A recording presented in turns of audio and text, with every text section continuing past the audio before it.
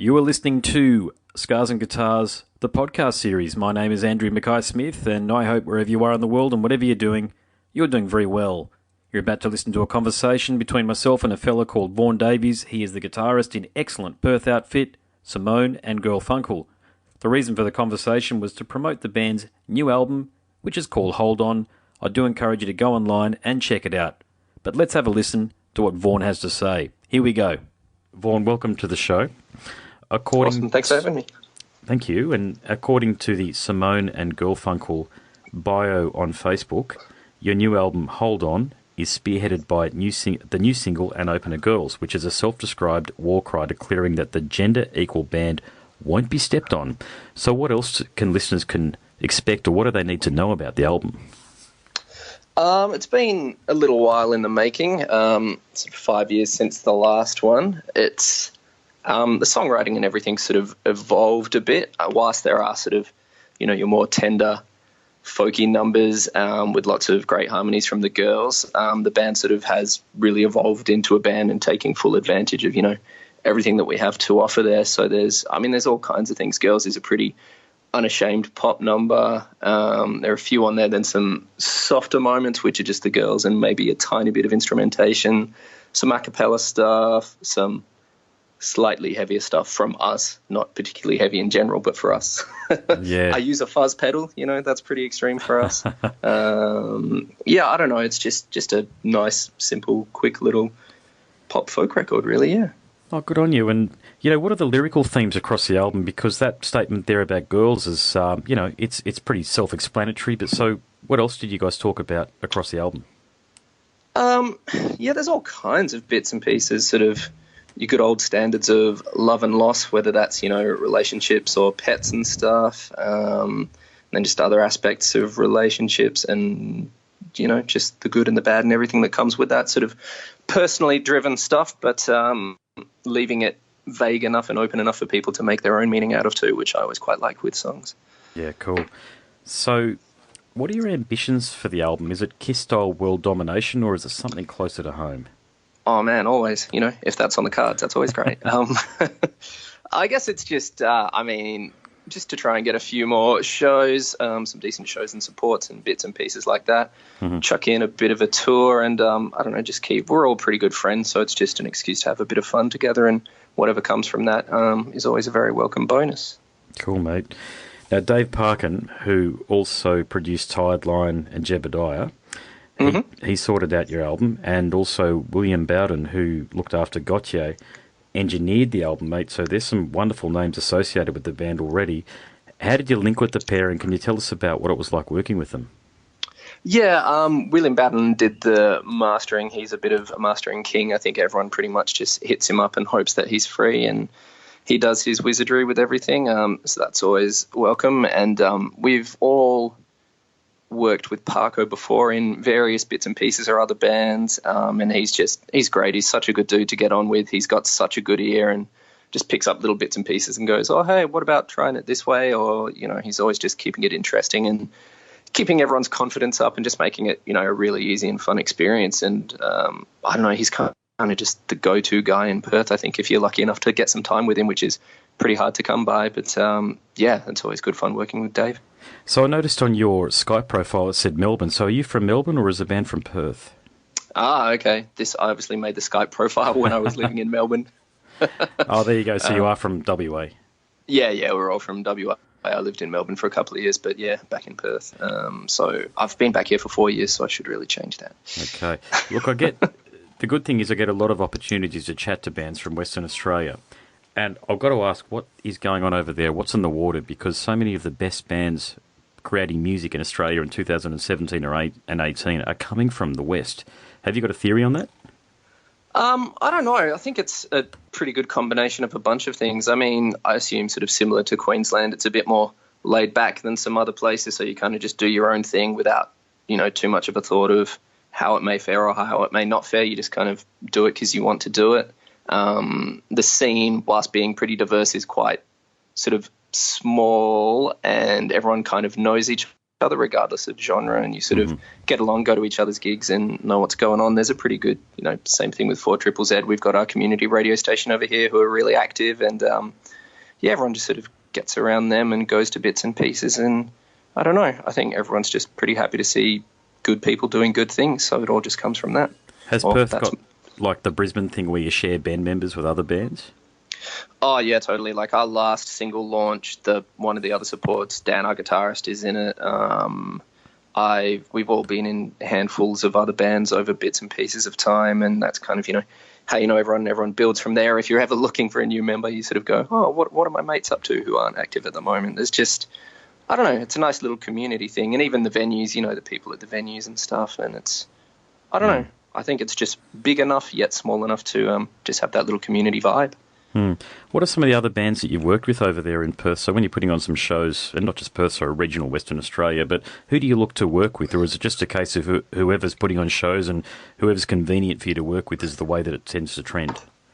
Yeah, I mean, we always sort of, I don't know, we've got a few bands we quite like, so we try to hit them up whenever we can. But I mean, quite often bands are pretty active playing shows here and there, so it's sometimes just a bit of a process of elimination of, all your favourite local acts and seeing who's free or who's keen, really. Regional stuff quite often just comes from other people hitting us up, although hopefully with the album and stuff we'll put a few more things together. But yeah, I mean, we're pretty happy just to play sort of any sort of show, so we're quite lucky in that, without anything too extreme, we managed to fit onto a few different lineups.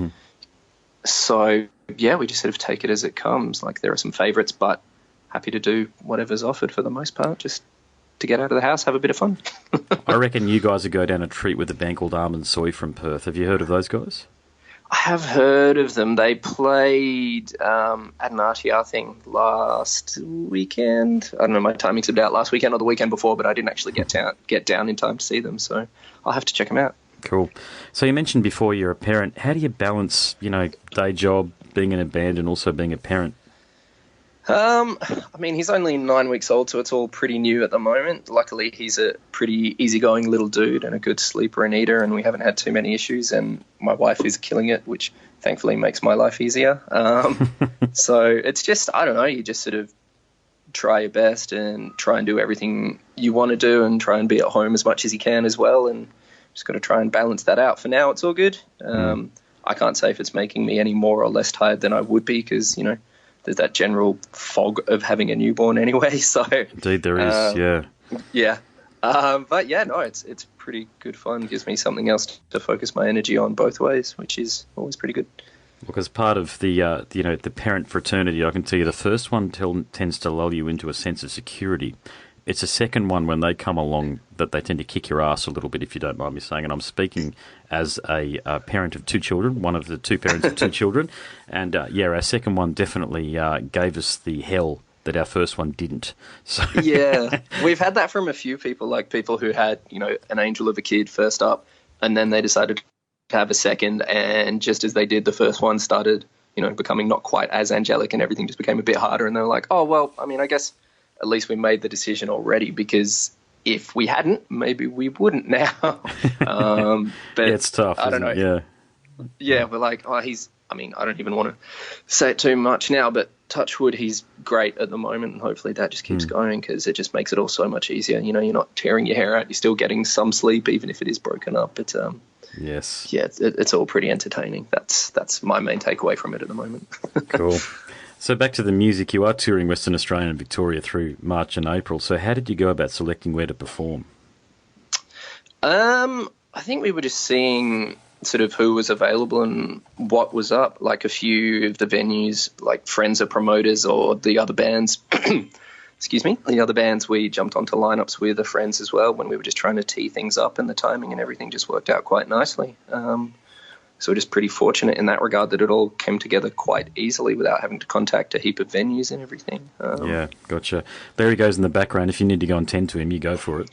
Yeah, that's like behind a door and down in the lounge room. No, I think it's all good. I think my wife will call or send a text or shout if she needs. So yeah, it's so nice to talk to somebody who's in a similar position to myself, because it's usually me who's having to sort of shoot daggers at the door that's closed to hope that the noise from the baby stops when I'm interviewing somebody. So yeah, I mean, we've got the added pleasure of having a sort of 1.5-year-old little corgi, and I didn't know all corgis tend to do is alert you to anything and everything with the loudest bark they can possibly muster. So he's not helping sometimes, but they'll be mates eventually, which will be pretty good. Cool. Yeah. But yeah, like on that, we had the Perth launch on Saturday at the Bird, and it just felt weird, a bit odd to be going out and at a gig and drinking, and everyone was walking up to me being like, "Congratulations!" I'm like, I'm not a bad dad. I'm allowed to be here. Yeah, it's always nice when that happens, when people can feel happy for you, isn't it? Yeah, it just feels a bit surreal. They're congratulating you on having a kid, meanwhile you're sort of out neglecting him and doing something else. But swings and roundabouts, I guess. If it helps, you get over it eventually, because you need your sanity. You need to remain part of yourself for part of the time. Yeah, I think that's part of it. There's a little bit of guilt there. You're like, oh, he's still so little, but also there's only so much time I can spend at home. So just got to balance it out, for your sanity and his. Well, I think the first time I went to the football without my wife was when she was still in hospital, actually, because we went into a private hospital and had our first child. My wife had our first child in a private hospital, but we got to stay in there with her as a John Flynn down here on the Gold Coast. And I went to watch a Storm v Gold Coast Titans game, rugby league, of course. And I know your pain, because I remember feeling terribly guilty about going to watch that game. And then having to go back to the hospital when my wife was still there. But she was like, no, go, it's fine. I'd been up as well, helping out and all the rest of it. But I felt a bit like Ralph Wiggum, I'm helping. Yeah, I had the same thing. He was born in mid-Jan, and 2 nights later, I'm a huge Weezer fan, and they were doing the tour with Foo Fighters. But sort of unluckily, my wife and he were still in hospital, but, I couldn't stay the night. So she was kind enough to let me go and watch Weezer, so I was quite thankful for that. But he was a day and a half old, and people were like, congratulations. I was like, don't tell anyone you saw me here. You're a Weezer fan. Which period did you get into them through? What album? I started with Blue album, and still kept going probably a bit further than a lot of other people would. To the point where I even have, with a few mates, we have a bit of a Weezer cover band who've played a handful of shows around the place, which is always pretty good fun too. That's awesome. Weezer are one of my favourite bands, actually, and I'm old enough to have gotten into them as a first-generation fan in 1994, and their first 2 albums, especially Pinkerton, still knock my socks off. I think that album is one of the best albums ever written. But they're a hard album. They're a hard act to follow after that, aren't they? The album is just sort of, almost, with all due respect, they're nowhere near as good after those first 2 albums. Yeah, I mean, I still enjoyed sort of Green and Maladroit a bit, I think, just for the fact that they were doing stuff again. But then, like, Make Believe was pretty difficult. Red had a couple of decent bits, and then I think each time the lead single was announced, I was like, and the song would start, and I'd be like, yeah, okay. And then the lyrics came, and he doesn't seem to sound like he cares when he delivers them anymore in the lyrics. I don't know if they were always bad, but I don't feel they were. It's just bizarre. Like, I guess people are still getting into them at this point, and I'm like, it's an entirely different band, which, is fine. Bands evolve and stuff, but I don't know.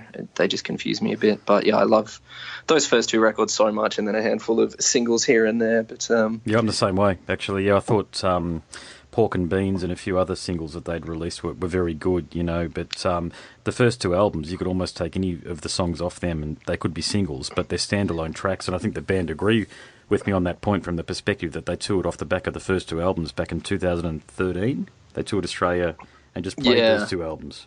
Yeah, I was in Melbourne then, so fortunately got to go to the Blue and the Pinkerton show. That was pretty amazing. Pretty happy to do that. Perth only got the Blue album, so sorry, Perth. So did we. Yeah, we only got the Blue album as well. But I saw them back in 1996 on the Pinkerton tour, and when they were playing some B-sides, when they didn't have enough from the two albums, or they wanted to mix it up. Fill out a set. Yeah, so they were playing songs like not My Name Is Jonas. They were playing songs Jamie and Suzanne. They were playing those 2 songs. Man. It was incredible. I think each show they chucked in one, so we got. I think they played You Gave Your Love to Me Softly at the Pinkerton one. Nice. And yeah, mate, I think the Blue one, was it Suzanne or was it something else? I can't recall, but yeah, they snuck in sort of basically 2 of their best songs as B-sides, which is always pretty welcome. But yeah, even the B-sides used to be great.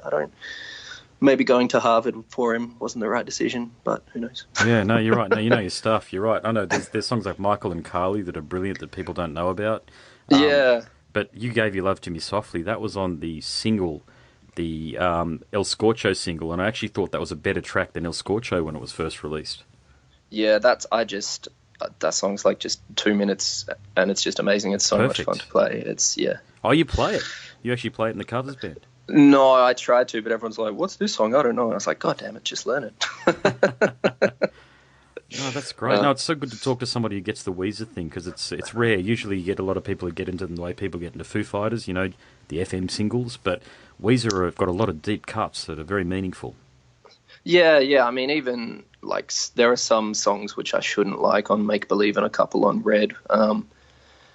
But yeah, I mean, as you say with Foo Fighters, it's just weird. That whole show as well. Like I checked out the set list beforehand. They played, I can't remember. Say they played 2 hours. The songs, if you queued them up as a playlist, was an hour. So they just filled out another hour of padding with, extended intros and outros and bridges and stuff. And I was just like, oh man, just play a song as it is for once. Like, geez.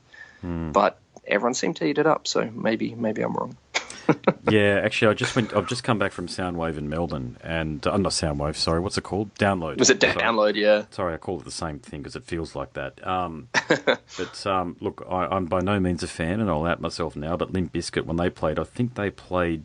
I mean, if they had an hour set, they would have played 8 songs or so, or maybe less, and the rest of it was just sort of drawing out intros and the like. Now, I couldn't have given a shit either way, excuse my language, because I'm not a fan of the band, but I think a lot of fans of the band were disappointed that they didn't bring out more of the hits, so to speak. Yeah. I mean, I could maybe name almost 8 Limp Bizkit songs without even having the slightest bit of interest. So, like, a fan. Also, I mean, I guess I'm still a Weezer fan in 2018, so I won't say Limp Bizkit fans existing in 2018 is bizarre, because, hey, people can do what they want, but...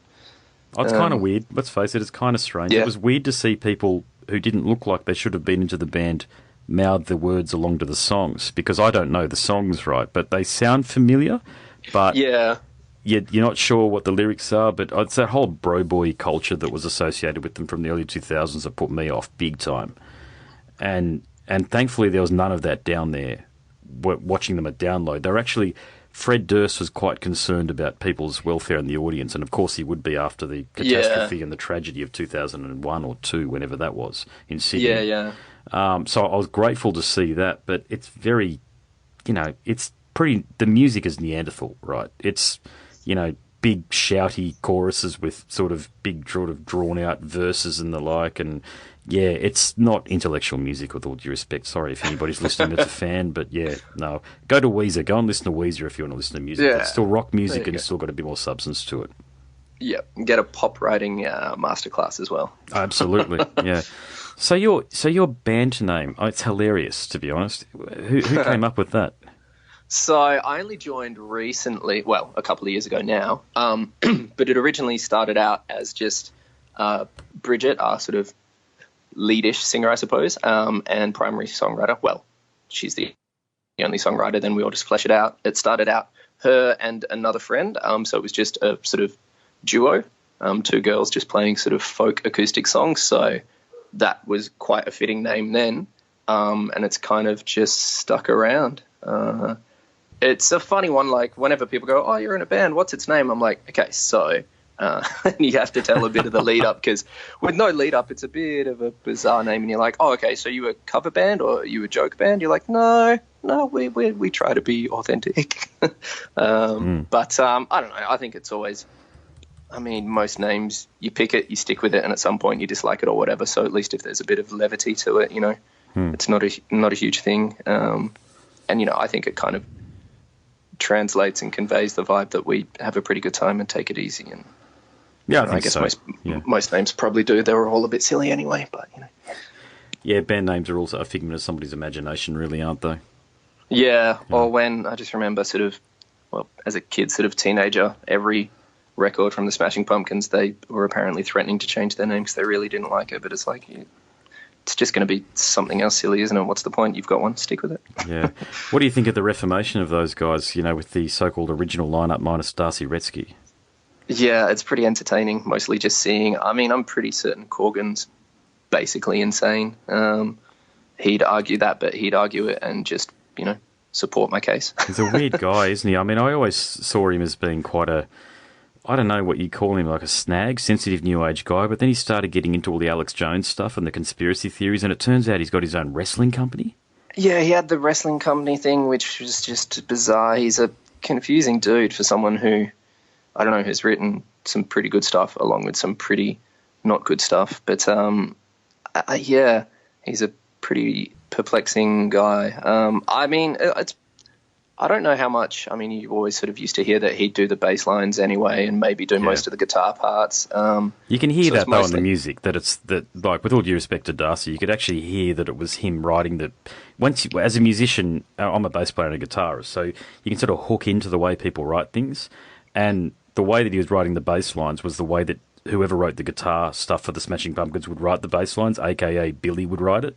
So you could hear that, and so I thought, well, yeah, but there's also the public presentation of the band and the way, the whole image associated with the band, and and then he talked about some of and I've actually seen the photos of Darcy Retzky recently. I don't know whether you've seen them, of course. No. They're not good. They're not crash on. Yeah, okay. And there might be some substance to some of the things that he's been talking about. So, I mean, I don't know. I only go by what I see on the internet and what the media feeds me, okay? But he might actually have a point there, and there's no doubt that he probably tried for the fans. It's like if you're a metal fan, the Megadeth thing, when Megadeth tried to get back the Rust in Peace lineup from 1990, and there was contractual disputes or something like that. I think Billy's a real sensitive soul, so it's probably about whether or not he can deal with the people that are in the band or not. He seemed like, I don't know, even from the start, that whole sort of screenshotted text message exchange, I don't know, I just kind of got the vibe that he was doing it to ask, but always with the intention of not actually allowing it to happen. I don't know, just every message was like, but I understand if with your shoulder and this and that, but if you come out for one song or something, but, we have to do this right. And it was all just leading to basically either annoying her or just forcing her to be like, don't worry about it. Well, they could have done what Guns N' Roses did with Steven Adler, which is offering 1 or 2 songs per gig. You know what I mean? I know Steven and Darcy have very different reasons for not participating in the reformation of their respective bands, but yeah, fans love this stuff, don't we? I mean, we get very nostalgic about bands that we grew up with. Yeah, I mean, even I saw them whenever they came out for V Festival ages ago. I can't even remember if Chamberlain was there. Yeah, 2007. That's right. 2007 or 8 was that? Or 9? God. Might have been. Yeah, I don't know. I'm terrible with years. But just I think they opened with Tonight, and just I was like, yep, that's good enough. I'm pretty happy with seeing that. It is, there's a lot of nostalgia. Like the Lemonheads were just over, and it's not even the Lemonheads. It's just Evan Dando and whoever else is turning up on stage with him. But I still always love that. I don't know. There's just the stuff you grew up with. Same with Weezer. Like I will never not go see them, especially considering, they didn't come to Australia for like 20 years or whatever. Well, here's a theory about Weezer, and I think I'd buy into it a little bit. They haven't released a good album since Matt Sharp's been in the band. Have you recognised that? Yeah, and even Mikey Welsh was sort of okay. Then when he left, it's like I don't like Scott Schreiner. I'm with you on that. I don't know what it is. What do you think it is, though? I mean, I can't relate to him. I don't even know him, but I don't know what it is. It just doesn't feel like as though he's part of the creed. He just doesn't feel like he's meant to be in the band. Yeah, a lot of other Weezer fans I know just don't like him either. I don't know. I think, isn't he like an ex-Marine or something? He doesn't look like he fits the part, and I don't know. Maybe he's okay, but Matt Sharp was a pretty huge part of it as well. I mean, especially for me. So remove that and just his excellent bass tones and stupid backing vocals, and it kind of loses a bit of its fun as well, I guess. Well, I think he wrote... Did you listen to the B-sides that were on... What was the other single from... There was 2 or 3 singles from Pinkerton. One of the singles had I Just Threw Out the Love of My Dreams, which had Nina Hagen, I think, from The Rentals sing on. Yeah. Now, the Rentals I've still never album... listened to The Rentals. Actually, I got into that. That was Matt Sharp's... That's where he played guitar rather than bass. Yeah, as much as I proclaim to love him, and a bunch of friends say, I think, is it their first record's really great? The first record, yeah. Yeah, Return of the Rentals, that one's called. Yeah, it's a brilliant album, and it's not for everybody. It's got a Moog synthesizer all the way through it, so it's basically a heavier version of Weezer with this Moog synthesizer all over it, with simpler song arrangements. Yeah, okay. And Patrick Wilson's the drummer, and I actually met them back in 1996 and when they came out with Weezer, and I actually was the only one that they told me that I was the only person that they met on the Australian tour that gave them the rental CD to sign. Yeah, okay. And they were pretty chuffed with that, but there was no promotion back then for it. I sort of stumbled across it in a record store. Remember them? In a record store with Matt Sharp's face on the front of it. That's how I knew it was him, because of his face was on the front of it. Yeah. I don't know. I spent a bit of time growing up in Southeast Asia, so maybe the rentals didn't crack the market there to get released on mass illegal pirated cassette tapes, but Weezer certainly did. It is like that. It was like that, wasn't it? Yeah. Yeah. Cool. Mate, that's it from me. I'll ask you a final question. How do people get into your music? Obviously, you've got your Facebook page, but how else can they connect with you guys?